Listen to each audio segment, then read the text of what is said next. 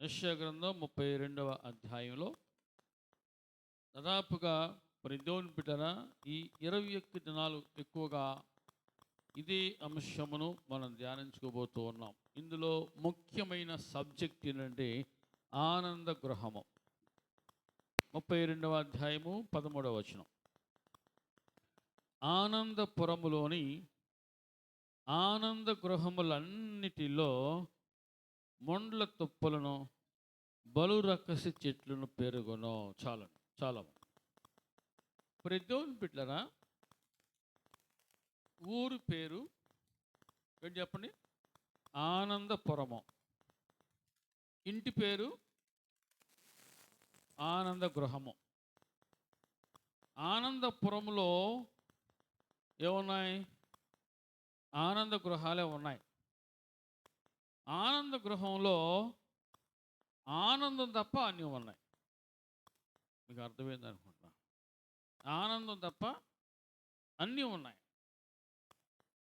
పేరు మాత్రము ఏంటి చెప్పండి? ఆనంద గృహమే. ఊరి పేరు ఆనందపురము.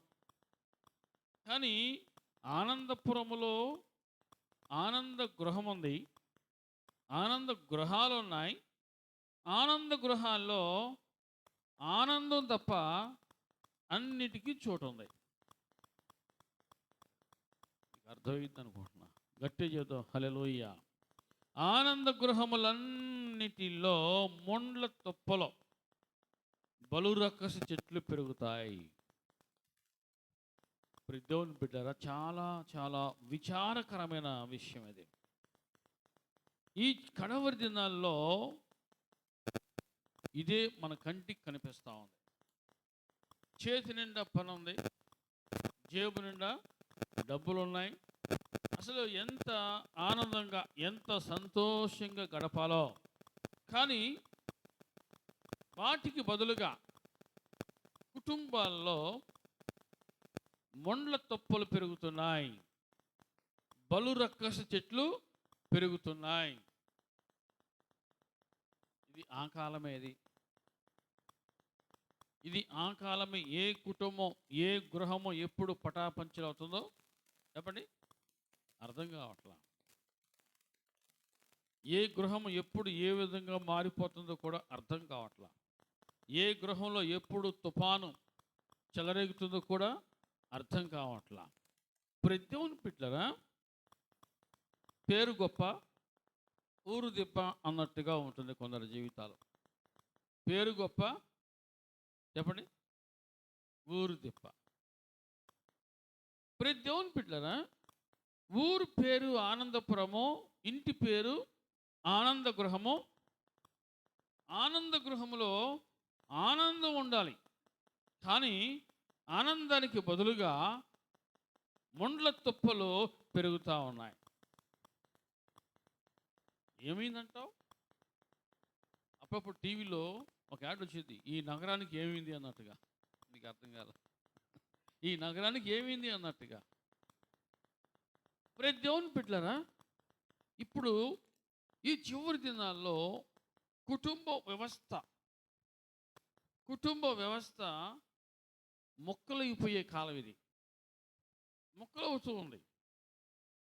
ఆర్థిక వ్యవస్థ ఏ విధంగా పటాపంచలు అవుతుందో, మొక్కలు అవుతూ ఉందో, కుటుంబ వ్యవస్థ కూడా విచ్ఛిన్నమయ్యే కాలం ఇది. కాబట్టి ఎవరికి వారు కుటుంబాన్ని కాపాడుకోవటమే. ఈరోజు నేను ఒక చక్కటి కొటేషన్ చూశాను, అది నిజమే అనిపించింది నాకు. ఏమిటి అంటే, అది సంతోషంగా కాపురాలు ఎవరు చేసుకోవట్లేదంట, సర్దుకుపోతూ కాపురం చేసుకుంటున్నారంట. మీకు అర్థం కాల? సంతోషంగా కాపురాలు చేసుకోవట్లేదంట, సర్దుకుపోతూ. ఏంటమ్మా, మీకు అర్థం కాలేదా? సంతోషంగా కాపురాలు చేసుకోవట్లేదు, మరి ఏం చేస్తున్నారు? సర్దుకుపోతూ కాపురం చేస్తున్నారంట. అంటే మనసులు అతకట్లా, మనసులు కలవట్లా, సర్దుకుపోవటమే. సంతోషంగా కాపురం చేయట్లా, సర్దుకుపోతూ కాపురం చేయటం. ఆ కొటేషన్ చూస్తే నాకు నిజమే అనిపించింది. ఎందుకంటే చాలామంది అదే సిచ్యువేషన్లో ఉన్నారు. ఆ రాసిన వ్యక్తి ఎవరు కానీ బహుశా ఆ వ్యక్తికి బాగా గొప్ప అనుభవం వచ్చి ఉంటుంది. మీకు అర్థం కాల. ఆ వ్యక్తికి బాగా అనుభవం వచ్చి ఉంటుంది. దేవుని బిడ్డలారా, మొండ్ల తుప్పలు నీరు పోయకుండా నారు కదా, నారు పెట్టకుండా లేకపోతే మొక్క నాటకుండా మొలిసే మొక్క ఏదంటే కలుపు మొక్క అంట, మొండ్ల తుప్పలు అంట. నీరు పెట్టకుండా నారు పోయకుండా మొలిసే మొక్క ఏదంటే చెప్పండి, మొండ్ల తుప్పలే. కలుపు మొక్కలు, మొండ్ల తుప్పలు, ఈ రెండు పనిచేస్తాయా? ఈరోజు దేవుని బిడ్డ పేరుకు మాత్రమే ఆనంద గృహాలు, కానీ ఈ ఆనంద గృహాల్లో మొండ్ల తుప్పలు మొలుస్తూ ఉన్నాయి, పెరుగుతూ ఉన్నాయి. ఎందుకును? ఉద్యోగాలు లేక, లేకపోతే పనులు లేక, డబ్బులు లేక, అన్నీ ఉన్నాయి. వాటన్నిటితో పాటు ఈ మొండ్ల తుప్పలు కూడా మొలుస్తూ ఉన్నాయి. దేవుని బిడ్డలారా, నిదానంగా మన దేశంలోకి ఒక కల్చర్ వచ్చేసింది, వెస్ట్రన్ కల్చర్. వెస్ట్రన్ దేశంలో, ఆ ప్రపంచంలో దేవుని బిడ్డల కాపురాలు ఎప్పుడు పుట్టుకుని దిగిపోతాయో అర్థం కాదు. అసలు మన దేశంలో కుటుంబానికి చాలా ప్రాధాన్యత ఉంది, కుటుంబ వ్యవస్థకి చాలా ప్రాధాన్యత ఉంది. కానీ అది ఇప్పుడు నిదానంగా మన దేశంలోకి దిగుమతి అయిపోతూ ఉంది. ఇప్పుడు కోర్టు కేసుల్లో ఎక్కువ కేసులు ఏవి నడుస్తున్నాయి అంటే ఏవి సివిల్ కేసులే, క్రిమినల్ కేసులు కాదు, సివిల్ కేసులు అంట. అంటే ఎక్కువగా భార్య భర్తలకు కేసులే. విడిపోవటానికి రెడీగా ఉన్నారంతే, విడిపోవటానికి అప్లై చేసుకుంటున్నారు. కొన్ని సందర్భాల్లో భర్తలు అప్లై చేస్తున్నారు, ఇంకొన్ని సందర్భాల్లో భార్యలు కూడా మాకు విడాకులు కావాలి, మేము కలిసి కాపురం మేము చేయలేం. ఏంటమ్మా మీకు ఏం కొరత? తిండి లేదా, ఉండటానికి ఇల్లు లేదా, అన్నీ ఉన్నాయి, మరి ఎందుకు విడాకులు కావాలి? కారణాలు ఉన్నాయి, మేము చెప్పేవి కాదులే, మాకు విడాకులు కావాలి. దేవుని బిడ్డలారా, ఆనందపురములో, ఆనంద గృహములో ఆనందంగా ఉండాల్సిన మనుషులు దుఃఖంతో ఉంటున్నారు. బయటికి మాత్రం పేరు, ఇల్లు కట్టుకుంటే బయట పేర్లు రాస్తారు, ఆనంద నిలయం, ప్రశాంత నిలయం. ఇంకేంటిదమ్మా, ఇంకేమన్నా పేర్లు చెప్పండి, మీకు తెలిసిన పేర్లు చెప్పండి. నందన నిలయం, ఇట్లాంటి పేర్లు, రకరకాల పేర్లు. కానీ ఆనంద నిలయంలో, ప్రశాంత నిలయంలో ఆనందం లేదు, ప్రశాంతత లేదు. దేవుని బిడ్డలారా, ఈ రోజున దేవుడు మనతో మాట్లాడునుగాక. మన కుటుంబాల్లో ఏముంది? ఆనందం ఉందా? ఆనందం ఉందా నిజంగా? దేవుని బిడ్డలారా, ఆనందానికి బదులుగా మొండ్ల తుప్పలు మొలుస్తున్నాయా? మొండ్ల తుప్పలు. నీరు పెట్టకుండా మొలిసే మొక్క ఏది అంటే కలుపు మొక్క, మొండ్ల తుప్పే. నువ్వు నీరు పెట్టాల్సిన పని లేదు, మందు వేయాల్సిన పని లేదు, విత్తనం కూడా వేయాల్సిన పని లేదు, వాటంతా అవి మొలుస్తాయి. ఎందుకు చెప్పండి? ఎందుకు మొలుస్తాయి అవి? పచ్చటి పొలాన్ని, పంటని పాడు చేయటానికే అవి మొలుస్తాయి. పచ్చటి పంటని పాడు చేయటానికే అవి మొలుస్తాయి. ఎంతమందికి గ్రహింపు ఉంది? ఎంతమంది మేలుకుంటున్నారు? ఎంతమంది జ్ఞానం తెచ్చుకుంటున్నారు? దేవుని బిడ్డలారా, దేవుని వాక్యం సెలవిస్తూ ఉంది, దేవుని ప్రజలము అని చెప్పుకునే కుటుంబాల్లో కూడా ఆనందం లేకపోతే కదా దుఃఖమే. దేవుడు దేవుని బిడ్డలారా, ఆయన పీస్ మేకర్ అని ఇంగ్లీష్లో ఉంది, సమాధానకర్త. ఆయన సమాధానకర్త, కుటుంబాలకు సమాధానమును ఇచ్చేవాడు, మనసుకు సమాధానం ఇచ్చేవాడు. అటువంటి దేవుని కలిగి ఉన్న వారి జీవితంలో కూడా మొండ్ల తుప్పలు మొలుస్తున్నాయి అంటే అర్థం ఏంటి? ఎందుకు మొలుస్తున్నాయి? ఎందుకు మొండ్ల తుప్పలు మొలుస్తున్నాయి? ఒక మాట జ్ఞాపకం చేసుకుందాం. మత్తయి సువార్తలో 13వ అధ్యాయంలో దేవుని బిడ్డలారా 24 నుంచి చదువుకుందాం. ఆయన మరి యొక్క ఉపమానము వారితో చెప్పెను, ఏమనగా పరలోక రాజ్యము తన పొలములో మంచి విత్తనము విత్తిన ఒక మనుష్యుని పోలి ఉన్నది. మనుష్యులు నిద్రించుచుండగా అతని శత్రువు వచ్చి గోధుమల మధ్యను గురుగులు విత్తిపోయినో.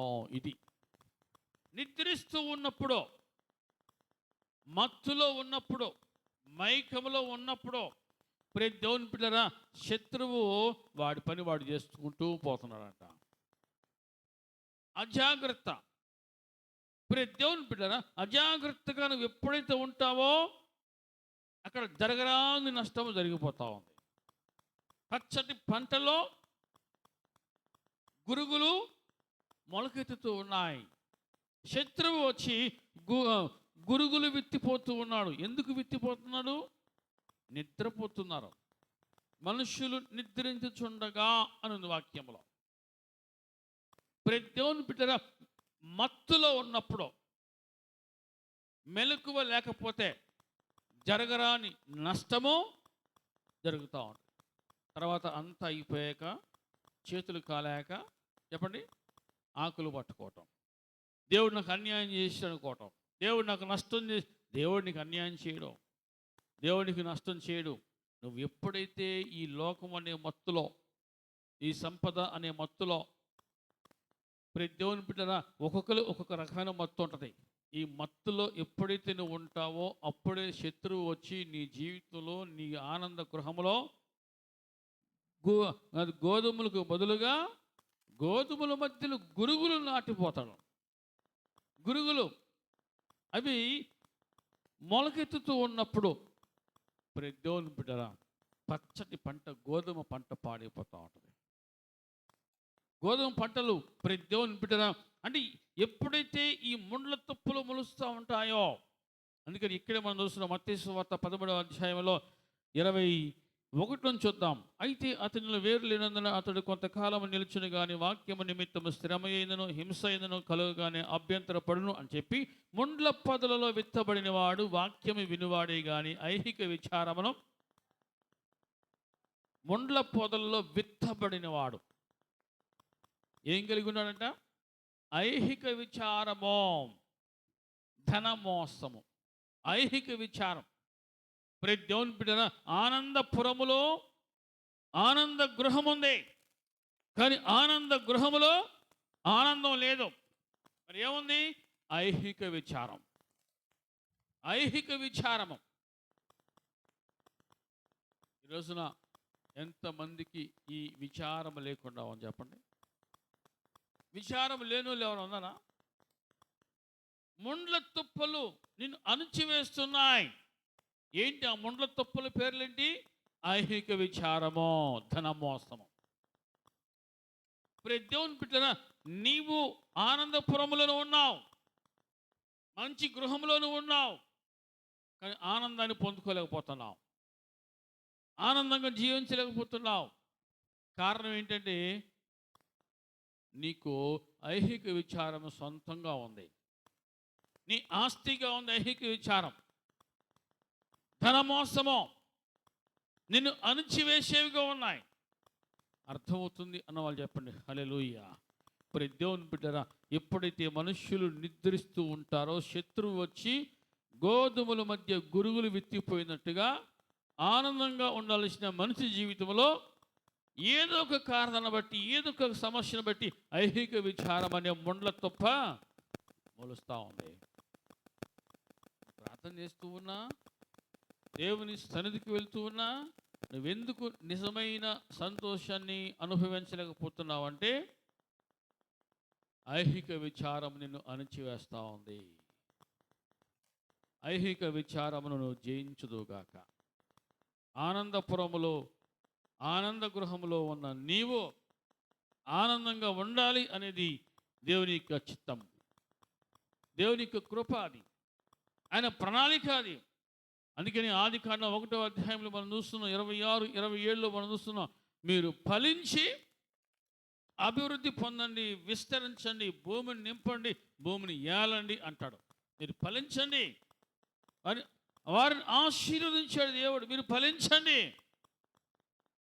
ఫలించండి, విస్తరించండి, నింపండి, భూమిని ఏలండి అని దేవుడు దీవించాడు. ఫలించుట అది దేవుని యొక్క చిత్తం. అది దేవుని బిడ్డలారా, ఎందుకు ఫలించలేకపోతున్నావు అంటే కారణము ఐహిక విచారం. ఏదో ఒక రూపంలో నీ హృదయంలోకి ఇది జొరబడతా ఉంది. విచారం లేని మనిషిని కనుగొనడం చాలా కష్టమైపోయింది. ఏదో ఒక ఐహిక విచారం, ఏదో ఒక ఆలోచన, వీటిని జయించాలంటే, ఈ ఐహిక విచారమును జయించాలంటే దేవుని బిడ్డలారా, అది నీ శక్తి సరిపోదు. నీ శక్తి నీకు సరిపోదు. దేవుని సన్నిధిలో నువ్వు గడిపితే తప్ప, దేవుని సన్నిధిలో నువ్వు నివసిస్తే తప్ప నీ శక్తి అది నీకు సరిపోదు. ఈ ఐహిక విచారమును జయించాలంటే 84 కీర్తన మొత్తం చదువుకోండి. నీ మందిరమునందు నివసించువారు ధన్యులో. కీర్తన 16 కీర్తనలో మనం చూస్తున్నాం. 8 నుంచి చూస్తే కొన్ని మాటలు ఉంటాయి. 16 కీర్తన 8వ వచనంలో త్వరగా, సదాకాలం యెహోవా యందు నా గురి నిలుపుచున్నాను, ఆయన నా కుడి పార్శ్వమందు ఉన్నాడు గనుక నేను కదల్చబడను. పాతాళమునకు నీవు నన్ను అప్పగింపవు, నీవు నీ భక్తుని గోతిని చూడనియ్యవు. అందువలన నా హృదయము సంతోషించుచున్నది, నా ఆత్మ హర్షించుచున్నది, నా శరీరము కూడా సురక్షితముగా నివసించుచున్నది. జీవ మార్గము నీవు నాకు తెలియజేసేదవో, నీ సన్నిధిని సంపూర్ణ సంతోషము కలదో. హల్లెలూయా. నీ సన్నిధిని సంపూర్ణ సంతోషము కలదో. నీ కుడి చేతిలో నిత్యము సుఖములు కలవు. దేవుని బిడ్డలారా, ఆయన సన్నిధిని ఎవరైతే ఉంటారో వారికి ఎప్పుడు కూడా ఏముంటుంది? సంపూర్ణ సంతోషం ఉంటుంది. లోకం వైపు పరిగెత్తావో ఆటోమేటిక్గా ఎక్కడో ఒక దగ్గర మొలకంపుల్లో ఇరుక్కుపోవటమో, మొలకంపులో వచ్చి మీద పడటమో, ఆ విధంగా జీవితం అణిచివేయబడతా ఉంటుంది. మొండ్ల పొదలు అణిచివేస్తూ ఉంటాయి.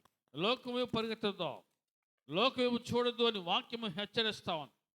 ఒకవేళ లోకం వైపు చూసావో సంపూర్ణ సంతోషాన్ని, నిజమైన సంతోషాన్ని నువ్వు మిస్ అవుతావు.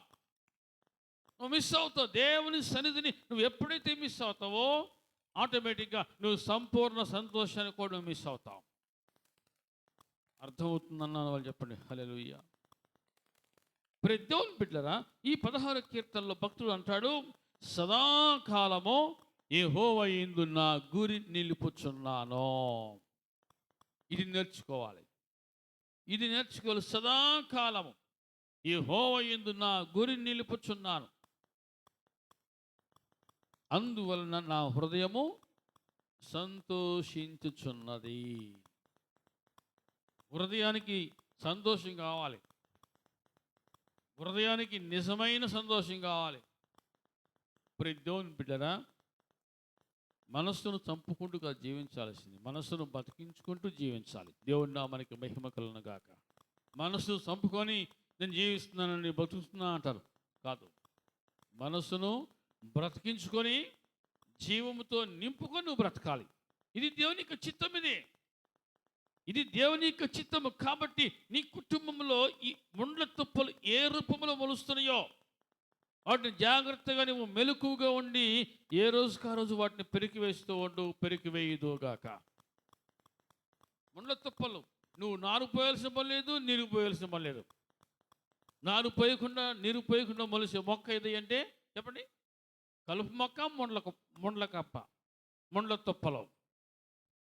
కాబట్టి నువ్వు ప్రతిదినము కూడా నిద్రించకుండా, మత్తులో ఉండకుండా, అంటే ఆత్మలో మత్తు, ఈ ఆత్మలో ఏదైతే ఉందో ఆ మత్తును విదిలించుకొని విడిచిపెట్టి మేల్కొని ఆ ముండ్ల తుప్పలు మొలుస్తున్న క్రమంలో వెంటనే నువ్వు ఆలస్యం చేయకుండా వాటిని పెరికివేయి. ఒకవేళ నువ్వు పెరికివేయటం ఆలస్యం చేసావో పచ్చని పంట పాడైపోతాయి. అర్థమవుతుంది అన్నవాళ్ళు చెప్పండి హల్లెలూయా. ఎప్పటికప్పుడు ముండ్ల తుప్పను పెరికివేయుదుముగాక. ముండ్ల తుప్పలు ఎలా ఉంటాయి, అవి ఎలా పనిచేస్తాయో కొన్ని విషయాలు జ్ఞాపకం చేసుకుందాం. ఎఫెసీయులకు రాసిన పత్రికలో 5వ అధ్యాయంలో దేవుని బిడ్డలారా, అపోస్తలుడైన పౌలు ఒక చక్కటి మాట మాట్లాడుతూ, క్షమించింది, గలతీయులకు రాసిన పత్రిక 5వ అధ్యాయంలో, ఇవి మనిషి జీవితంలో ముండ్ల తుప్పలుగా పనిచేస్తూ ఉన్నాయి. 19వ వచనం, స్పష్టమై ఉన్నవి అవేవనగా జారత్వము, అపవిత్రత, కామకత్వము, విగ్రహారాధన, అభిచారము, ద్వేషములు, కలహములు, మత్సరములు, క్రోధములు, కక్షలు, భేదములు, విమతములు అంటే అనుమానాలు, అసూయలు, మత్తతలు, అల్లరితో కూడిన ఆటపాటలు. ఇవన్నీ కూడా జీవితంలో ముండ్ల తుప్పలు. ఏ కుటుంబంలో ఇవి మొలుస్తాయో, మొలకెత్తుతాయో, పచ్చని పంటను నువ్వు కోల్పోతావు. ఒకవేళ నీ కుటుంబంలో ఇటువంటి ముండ్ల తుప్పలు మొలుస్తూ ఉన్నాయేమో, జాగ్రత్త. మంచి పంట ఇంటికి రావాల్సిన దానికి బదులుగా ఈ ముండ్ల తుప్పలు వచ్చి ఆ పంటను అణచివేసి నష్టాన్ని తీసుకొస్తూ ఉంటాయి. మరలా ఒకసారి మనం చదువుకుందాం. స్పష్టమై ఉన్నవి జారత్వము, అపవిత్రత, కామకత్వము, విగ్రహారాధన, అభిచారము, ద్వేషములు, కలహములు, మత్సరములు, క్రోధములు, కక్షలు, భేదములు, విమతములు, అసూయలు, మత్తతలు, అల్లరితో కూడిన ఆటపాటలు. ఇవన్నీ శరీర కార్యాలే. దేవుని బిడ్డలారా, జాగ్రత్త. ఆనందపురము, ఆనంద గృహము, ఈ రెండు వినటానికి చాలా వినసొంపుగా ఉన్నాయి. ఆనందపురము, ఆనంద గృహము చాలా వినసొంపుగా ఉన్నాయి. కానీ లోపల కనబడకుండా ఈ ముండ్ల తుప్పలు ఉన్నాయి. చాలామంది ఇవి కనబడకుండా దాచిపెట్టుకుంటారు. పరువు పోయిద్దామో అనేసి, గౌరవం పోయిద్దామో, పరువు పోయిద్దామో. నువ్వు దాచిపెట్టుకుంటే ఇవి చచ్చిపోవు, వాటిని పీకేస్తే చచ్చిపోతాయి. హలో చెప్పండి. ఈ ముండ్ల తుప్పలను దాచిపెట్టుకుంటే అవి చచ్చిపోవు, వాటిని పెరికి వేస్తే తప్ప అవి చావు. అవి పెరికి వేయబడునుగాక. మీకు అర్థమైందా? చాలామంది దాచిపెట్టుకుంటారు. దాచిపెడితే అవి చావో, అవి మొలకెత్తుతూనే ఉంటాయి. పంటకు బదులుగా ఈ ముండ్ల తుప్పలు విపరీతంగా పెరుగుతూ ఉంటాయి. ఎప్పటికప్పుడు దేవుని బిడ్డన నువ్వు ఆత్మలో మెలకువ కలిగి, అపోస్తలుడైన పౌలు అంటాడు, మెలకువగా ఉండి ప్రార్థన చేయుడి, సిద్ధముగా ఉండి ప్రార్థన చేయుడి అంటారు. దేవుని బిడ్డలారా, నువ్వు ఎప్పుడైతే మెలకువగా ఉంటావో ఖచ్చితంగా నీకు అంత తేటగా కనబడుద్ది. నువ్వు ఎప్పుడైతే మత్తులో ఉంటావో నీకు ఏది కనబడదు. చాలా నష్టము జరిగింది. నష్టం జరగకుండాగాక. ఆనందపురం, నీ కుటుంబము ఆనంద గృహముగా దేవుని సన్నిధిలో ఎప్పుడు వర్ధిల్లునుగాక. పేరు మాత్రం ఆనందరావు, సంతోషరావు, లేకపోతే ప్రశాంతరావు, లేకపోతే సమాధానమ్మ, లేకపోతే సమాధానం, ఇట్లాంటి పేర్లు పెట్టుకోవచ్చు. ఆనందరావు అని పేరు పెట్టుకొని ఆనందం లేకపోతే, సంతోషరావు అని పెట్టుకొని సంతోషం లేకపోతే, సమాధానమ్మ అని పెట్టుకునే సమాధానం లేకపోతే, ప్రశాంతి అని పేరు పెట్టుకుని ప్రశాంతత లేకపోతే ఎలా ఉంటుంది జీవితం? ఎలా ఉంటుంది? శూన్యము. అందుకనే భక్తుడు అంటాడు, జీవించుచున్నావన్న పేరు మాత్రం నీకున్నది కానీ మృతుడవే. ఆత్మపూర్ణుడై దేవుని పిల్లరా, మనం ప్రకటన గ్రంథం మనం చూస్తున్నాం, జీవించుచున్నావన్న పేరు నీకు ఉంది కానీ నువ్వు మృతుడవే అంటాడు. దేవుని ఆత్మ అనేక విధాలుగా, అనేక రకాలుగా మనం తట్టుతూ ఉంటుంది. ఆ పేరుకి మాత్రం జీవించానండి, పేరుకే బతుకున్నానండి, ఇంకొంతమంది నా బిడ్డల కోసమే బతుకున్నానండి, నా కుటుంబం కోసమే బతుకున్నానండి, అది ఎప్పుడో నేను చచ్చిపోవాల్సిందండి. జీవితంలో ఏదో శూన్యము వారిని ఆవహించింది. బయటకు చూస్తానికి బిల్డింగ్ సూపర్.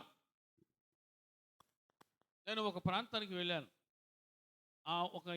ఒక కుటుంబం నాకు బాగా పరిచయమైన కుటుంబం. మరి దేవుని బిడ్డలారా, బయటికి చూచుటకు చాలా బాగుంది. చూసేవాళ్ళు కూడా అసలు ఏం కట్టాడు ఇల్లు, అసలు ఇల్లు అంటే ఇట్లా ఉండాలి, ఇల్లు భలే కట్టాడో, చాలా బాగుంది చెప్పుకోవడానికి పని చేస్తున్నది. నేను ఒక రోజున ఆ ఇంటికి వెళ్ళాను. ఇల్లు లోపట బయట అసలు చూడముచ్చటగా ఉంది. ఆ తల్లి చాలా దిగాలుగా పడుకొని ఉంది. కాలికి బెల్లు కొట్టాను. తల్లి ఓపెన్ చేసి ఎవరబ్బా అని వచ్చింది. అయ్యా మీరయ్యా రండి అయ్యా అని పిలిచింది. లోపలికి వెళ్ళగానే గబగబా పరిగెత్తుకుంటూ వెళ్ళి ముందు ఒక గ్లాసు నీళ్ళు ఇచ్చి తర్వాత స్టవ్ మీద టీ పెట్టింది. దేవుని బిడ్డలారా వినండి, అయ్యా మీరు ఫ్యాన్కి వచ్చారయ్యా, కాసేపు వాక్యం చెప్పయ్యా నాకు అంది. వాక్యం చెప్పిన తర్వాత ఆ తల్లి ఏమని తెలుసా, ఈరోజు దేవుడే నిన్ను నా దగ్గరికి పంపించాడయ్యా, దేవుడే నిన్ను నా దగ్గరికి పంపించాడయ్యా. ఎంత బాధగా ఉన్నానో, ఎంత దుఃఖంతో ఉన్నానో, లోపల ఎంత వేదన ఉందో, కానీ ఈరోజు వాక్యం ద్వారా నేను బలపరచబడ్డానయ్యా, దేవుడే నిన్ను పంపించాడయ్యా. సరే ప్రార్థన చేశాను. మరలా వంటగదిలోకి వెళ్ళి టీ పోసుకొచ్చి కూర్చొని ఇక హృదయంలో ఉన్న బాధను ఘోషను చెప్తా ఉంది. ఇల్లు ఎలా ఉంది చూడడానికి, సూపర్గా ఉంది, ఆనందపురమే, ఆనంద గృహమే. కానీ ఆ ఇంటిలో పేరే ఆనంద గృహం కానీ ఆనందం లేదు. పేరే ఆనంద గృహము కానీ ఆనందం, భార్యాభర్తల మధ్య సఖ్యత లేదు, భార్యాభర్తల మధ్య సఖ్యత లేదు, అపార్థాలు ఉన్నాయి. ముండ్ల తుప్పులు ఏదో ఒక రూపంలో మొలుస్తానే కుటుంబంలో దేవుని బిడ్డలారా. సంతోషంగా ఉన్నవాడు పూరి పాకలో ఉన్నా సంతోషంగా ఉంటాడు. ఈ ముండ్ల తుప్పలు లేకుండా ఉన్నవాడు ధన్యుడు. ముండ్ల తుప్పలు మొలకెత్తకుండా ఎవరైతే జాగ్రత్త పడతారో వారు ధన్యులు. దేవుని బిడ్డలారా, హృదయంలో ఎంత బాధ ఉందో విన్న తర్వాత నాకు అర్థమైంది. ఇంత మంచి చూడటానికి చూడముచ్చట్టుగా ఉన్న ఇంటిలో ఇంత బాధ ఉంటుందా, ఇంత దుఃఖం ఉంటుందా? మరి దేవుని బిడ్డలారా, బయట చూసే వాళ్ళకి చాలా బాగుంది, ఇల్లు బాగుంది, బాగా కట్టుకున్నాడు అనుకుంటున్నారు. కానీ చాలా కుటుంబాల్లో ఆ బాధ ఉంది. కొంతమంది బయట పడకుండా పరువు బయటకు పోయిద్దాం అనేసి, పరువు పోయిద్దామో గౌరవం పోయిద్దాం అనేసి అలా లోపట అణిచిపెట్టుకొని బతుకుతున్నారు, దాచిపెట్టుకుని బతుకుతున్నారు, గుండెల్లో దిగమింగుతూ బతుకుతున్నారు. పేరు ఆనంద గృహమే కానీ ఆనందం లేదు. పేరు ఆనంద గృహమే కానీ ఆనందం లేదు. దేవుని బిడ్డలారా, ఇటువంటి ముండ్ల తుప్పలో ఏ ఇంటిలో ఏ హృదయంలో మొలకెత్తుతాయో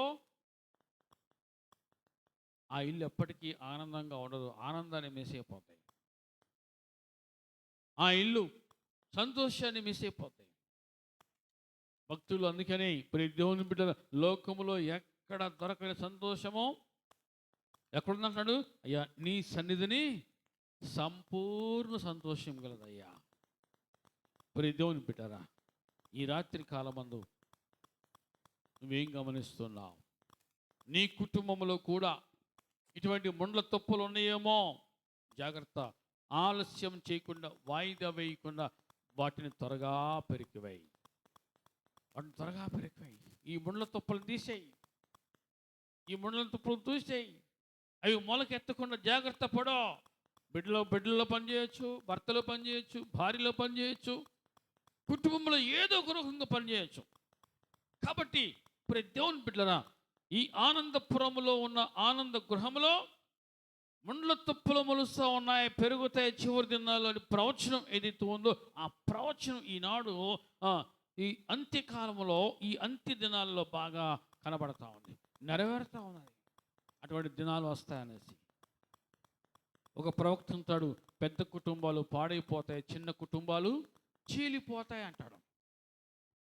పెద్ద కుటుంబాలు పాడైపోయే కాలము, చిన్న కుటుంబాలు చీలిపోయే కాలం ఇదే.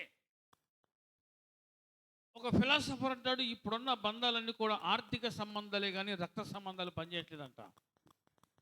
ఆర్థిక సంబంధాలు పనిచేస్తున్నాయి. ఆర్థిక సంబంధాలకు ఇచ్చిన విలువ రక్త సంబంధాలకు లేదంటున్నాడు. అవునా కదా? నిజమే. అది నిజమే. ఏదో ఒక రూపంలో ఈ ముండ్ల తుప్పలు మొలకెత్తుతూ ఉన్నాయి. దేవుని బిడ్డలారా, మెలకుగా ఉండి కుటుంబాన్ని ఎప్పటికప్పుడు ఆనందమయం చేసుకోవటం అది నీ చేతుల్లోనే ఉంది. ఆనందమయం చేసుకో, అది నీ చేతుల్లో ఉంది. నీ సంతోషమును శత్రువు దొంగిలించకుండా, దేవుడు నీకు ఇచ్చిన ఆనందాన్ని, నీకు ఇచ్చిన ఆశీర్వాదాలను శత్రువు పాడు చేయకుండా, దొంగిలించకుండా నువ్వు మెలకుగా ఉండో, గ్రహింపు కలిగి ఉండో. కొన్ని కుటుంబాల్లో అతి తెలివి, లేకపోతే కొన్ని కుటుంబం చాలా లాజిక్గా మాట్లాడే వాళ్ళు కూడా ఉంటారు. అతి తెలివి, అమాయకంగా మాట్లాడుతున్నట్టుగా ఉంటారు. ఇటువంటివి దేవుని బిడ్డల మొలకెత్తుతో ఎదుటి మనుషుల్లో ఒక రకమైన ఏహ్య భావాన్ని పెంచుతూ ఉంటాయి. కాబట్టి దుష్టునికి, శత్రువుకు అవకాశం ఇవ్వకుండా నువ్వు చేసే పని కావచ్చు, మాట్లాడే మాట కావచ్చు, అది ఏదేసరి కావచ్చు, చాలా జాగ్రత్తగా ఉండే విధంగా నువ్వు జాగ్రత్త పడవు. శత్రువుకు అవకాశం ఇవ్వద్దు నువ్వు. పెద్ద కుటుంబాలు ఏమవుతున్నాయి? పాడవుతున్నాయి. చిన్న కుటుంబాలు చీలిపోతున్నాయి. కుటుంబ వ్యవస్థ ఇంకొద్ది రోజులు పోతే అసలు ఉమ్మడి కుటుంబాలు కనబడవంట. మీకు అర్థం కాల? ఇప్పటికే ఉమ్మడి కుటుంబాలు ఏమైపోయినాయి? ఉమ్మడి కుటుంబాలు మొక్కలేకపోతున్నాయి. ఉమ్మడి కుటుంబాలు మొక్కలేకపోతున్నాయి. ఇక ముందు ముందు అసలు కనబడమంటున్నారు. ముందు అసలు కనబడమంటున్నారు. అంటే పరిస్థితులు చేయి దాడిపోతూ ఉన్నాయి. ఇదివరకు రోజుల్లో పుస్తకాల్లో ఒక చక్కటి కొటేషన్ ఉండేది, కలిసి ఉంటే కలదు సుఖమని. ఇప్పుడు విడిపోతే కలదు సుఖము, విడిపోతే కలదు సుఖము. దేవుని బిడ్డ విడగొట్టే వాళ్ళు కొంతమంది, తొందరగా వేరుపడండి, తొందరగా వేరు అవ్వండి, తొందరగా వేరుపడండి. ఈ విధంగా ఏదో ఒక రకంగా కుటుంబాల్లో ముండ్ల తుప్పలో మొలకెత్తి కుటుంబాల్లో కొత్త కొత్త అపార్థాలు జొరబడతా ఉన్నాయి, పనిచేస్తూ ఉన్నాయి. దేవుని బిడ్డరా, ఆనందపురములోని 32వ అధ్యాయం మనం చూస్తున్నాం. 32వ అధ్యాయం 13వ వచనంలో యెషయా గ్రంథంలో, ఆనందపురములోని ఆనంద గృహములన్నిటిలో ముండ్ల తుప్పలో బలు రక్కస చెట్లను పెరుగునో. ఎంత భయంకరమైన పరిస్థితి! ఉమ్మడి కుటుంబ వ్యవస్థ బద్దలైపోతూ ఉంది. కుటుంబ వ్యవస్థ బద్దలైపోతూ ఉంది. 5,000 కలిస్తే ఏమవుతాయి?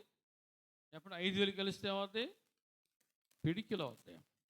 కానీ 5,000 ప్రియం లేదు తెలుసా? ఉన్నది ఒకళ్ళు, ఇద్దరు, ముగ్గురు, నలుగురు కావచ్చు, 10 మంది కావచ్చు, ఐక్యత లేదు. ఐక్యత ఎందుకు లేదు? ఈ 5,000లో లేదా ఈ 5గురిలో ఎక్కడో మొలిచాయి ముండ్ల తుప్పలు. ముండ్ల తుప్పలు మొలిచాయి. ముండ్ల తుప్పలు విత్తనాలు మొలకెత్తుతూ ఉన్నాయి. శత్రువు చేయాల్సిన పని చేస్తూ ఉన్నాడు. దేవుని బిడ్డలారా, మెలకుగా ఉండండి. నీ మట్టుకు నీవు ప్రేమను చూపుతూ, ప్రేమను పంచుతూ, ప్రేమను పెంచే వ్యక్తిగా ఉందువుగాక. ఆమె చెప్పండి. ప్రేమను చూపించు, ప్రేమను పంచు, ప్రేమను పెంచు. అర్థమైన వాళ్ళు చెప్పండి హల్లెలూయా. ఆనందపురములో ఆనంద గృహాలు ఉన్నాయి. పేరుకే అవి ఆనంద గృహాలు, పేరుకే అవి ఆనంద గృహాలు. అందుకని ప్రభు తన శిష్యులను పంపించినప్పుడు మొట్టమొదటిగా వారికి ఏం చెప్పాడు? మీరు ఏ ఇంట అడుగు పెడతారో ఆ ఇంటికి శుభమని చెప్పండి అంటాడు. శిష్యులు ఏ ఇంటికి అయితే వెళ్తారో ముందు ఆ ఇంటిలో ఉన్న వారికి మీకు సమాధానం కలుగుగాక అంటారు. మీకు సమాధానము కలుగుగాక అన్నారు, మీకు శుభం కలుగుగాక అన్నారు. యేసుప్రభు వారు చనిపోయి తిరిగి లేచిన తర్వాత శిష్యులకు ప్రత్యక్షమయ్యాడు, స్త్రీలకు ప్రత్యక్షమయ్యాడు, కొంతమందికి ప్రత్యక్షమయ్యాడు. ప్రత్యక్షమైన ప్రతిసారి కూడా వారితో ఏమన్నాడు? మీకు సమాధానము కలుగుగాక అన్నాడు. మీకు సమాధానము కలుగుగాక అన్నాడు. అంటే ప్రతి దేవుని బిడ్డ మనిషికి ఏది కొరతగా ఉంది తెలుసా? సమాధానం కొరతగా ఉంది. అశాంతి, ముండ్ల తుప్పలో బలురక్కసి చెట్లు మొలుస్తూ ఉన్నాయి. అశాంతి, మనసులు కలవట్లా, మాటలు కలవట్లా, మనసులు కలవట్లా, కుటుంబాలు కలవట్లా. నీ దారి నువ్వు ఉండు, నా దారి నేనుంటా. నీ తెలుగు నువ్వు ఉండు, నా తెలుగు నేనుంటా. ఇది సూత్రం ఈ రోజుల్లో. నీకు నాకు పడదో కాబట్టి గుడ్ బై, ఇది సూత్రం. ప్రతి దేవుని బిడ్డలారా, ఆనందపురములో ఆనంద గృహాలు ఉన్నాయి, కానీ ఆనంద గృహాల్లో ఆనందం లేకుండా పోయింది. నేను ఒక చావు కబురికి వెళ్ళా. ఒక ఆయన చనిపోయాడు.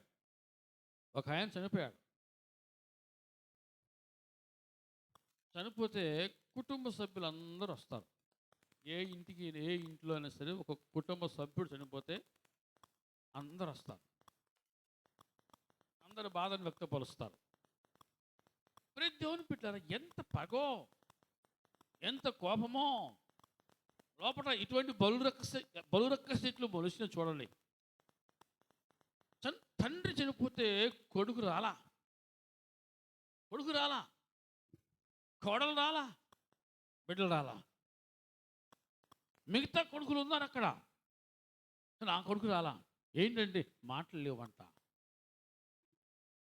లేవు కాబట్టి ఆ కొడుకు రాలా. అందరూ చెప్పుకుంటున్నారు, గుసగుసలు అనుకుంటున్నారు. ఆ అబ్బాయి రాలేదేంటి, చివరి చూపు కూడా చూసుకోవడా ఏంటి? తెలియకుండా వారికి వీరికి మధ్య బలురక్కసి చెట్లు మొలిచాయి, ముండ్ల తుప్పలు మొలిచాయి. ఈ ముండ్ల తుప్పలు మొలిచిన ప్రతి ప్లేస్లో కూడా మనుషులు దూరం అయిపోతున్నారు, అంతే ఎడమైపోతున్నారు. వాటిని పెరికి వేయుదువుగాక. ఆమేన్ చెప్పండి. ఆమేన్. ప్రియదేవుని బిడ్డలారా, ఒక మాట మీకు జ్ఞాపకం చేస్తాను. యెషయా గ్రంథంలోనే 27వ అధ్యాయం, యెషయా గ్రంథము 27వ అధ్యాయం 3-4 వచనాలు. యెహోవా అను నేను దానిని కాపు చేయుచున్నాను, ప్రతి నిమిషమున నేను దానికి నీరు కట్టుచున్నాను, ఎవడును దాని మీదికి రాకుండానట్లు దివారాత్రము దాన్ని కాపాడుచున్నాను. నా ఎందుకు క్రోధము లేదు. గచ్చ పొదలను బలురక్కసి చెట్లను ఒకవేళ ఉండిన ఎడలా యుద్ధము చేయువాని వలె నేను వాటిలోకి వడిగా చొచ్చి తప్పక వాటిని కాల్చివేయుదును. ఆమేన్ చెప్పండి. దేవుడు మాట్లాడుతున్న మాట. ఇక్కడ 2వ వచనంలో ఒక ద్రాక్షావనం ఉంది. ద్రాక్షావనము చూడముచ్చటైన తోట, చూడముచ్చటైన పంట. దేవుడు అంటున్నాడు, యెహోవా అను నేను దానిని కాపు చేయుచున్నాను, దాన్ని కాపాడుతున్నా, దానికి నేనే కావలిగా ఉన్నాను. ప్రతి నిమిషమున నేను దానికి నీరు కట్టుచున్నాను, ఎవడును దాని మీదకి రాకుండా దివారాత్రము దానిని కాపాడుచున్నాను. నా ఎందుకు క్రోధము లేదు. వినండి, గచ్చ పొదలను బలురక్కసి చెట్లను ఒకవేళ ఉండిన ఎడలా. గచ్చ పొదలు బలురక్కసి చెట్లు ఒకవేళ ఉంటే దేవుడు ఏమంటున్నాడు? యుద్ధము చేయువాని వలె నేను వాటిలోకి వడిగా చొచ్చి తప్పక వాటిని కాల్చివేయుదును. దేవుని నామానికి మహిమ కలుగును గాక. దేవునికి అవకాశం, అయ్యా నా కుటుంబంలో నాకు, నా బిడ్డలకు, నా బిడ్డల మధ్య ఈ బలురక్కసి చెట్లు గచ్చ పొదలు మొలిచాయి.